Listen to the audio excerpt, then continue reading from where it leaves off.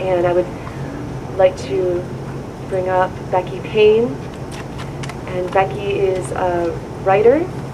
She works with the Youth and Military Task Force of the Peace Education Center, exposing the realities of enlistment to young people, and also has had family members who have suffered from wars.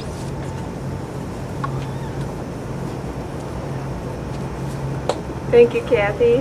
Thank you, everyone. In my lifetime, our country has opened up many secrets to the light of day. Homosexuality, AIDS, discrimination. This nation is talking, is healing from the hurt that silence and shame has brought to these subjects. But there's still one subject about which there's a great silence, and that is war. We talk about the heroics of war, but not much about the damages. We don't show the coffins coming home. We don't talk about people getting rich off of war while children suffer without food and water. We don't show pictures of the houses we bombed. We don't talk about the rapes, the mutilations, the savagery. And we don't talk about the emotional cost that war wreaks on those we send to fight. We pretend that a parade and a flag will make it all right. We pretend that we're doing right by the innocents involved, and that a Purple Heart will make up for the devastation that we caused to the soldiers. We're here today to honor a young man who couldn't bear what war did to him. It is an outrage what we do to the kids whom we send to fight. 30% of veterans of this war suffer from post-traumatic stress. That's the number that have come forth so far. There will be more. 1/3 of the homeless men in this country are veterans, so wounded inside that they can't even maintain a shelter over their heads. War devastates those it touches, and the wounds don't heal. Yet we allow recruiters to roam the hallways of our high schools urging kids to sign up. Be a hero. Serve your country. We should be out there standing in front of those who would tear our kids up this way. We think we're a civilized people. We laugh and smirk at peace activists chanting and marching. Why? My dad was in World War II, the good war, the romantic war. He was never the same. He had shock treatments, antidepressants. He spent 8 years in and out of mental hospitals. But nothing could get that horror out of his mind. I tried to figure out why he yelled, why he drank so much, why he cried.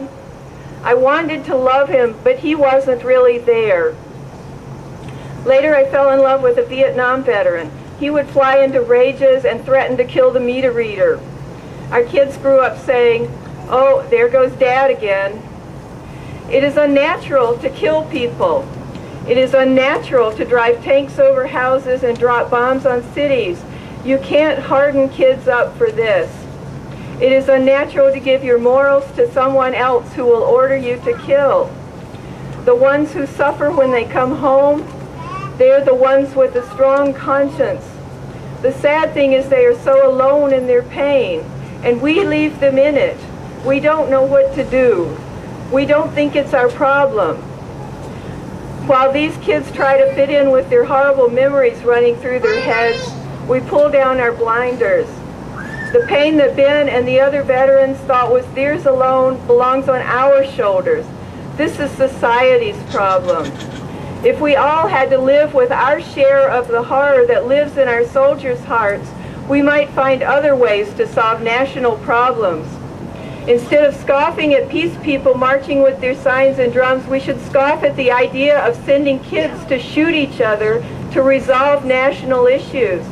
Isn't that the most ridiculous idea? When we're brave enough to look, really look at the absurdities of it, civilization will learn to avoid war. Society must change. We who understand that must be strong enough to stand up to the derision of those who don't yet see it. We here today can do our part. We live in this mightiest country. We have freedom, food, education. We have a voice. It is us who must act.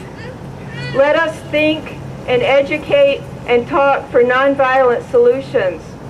War can only exist in shadow. Let us pour light on the subject.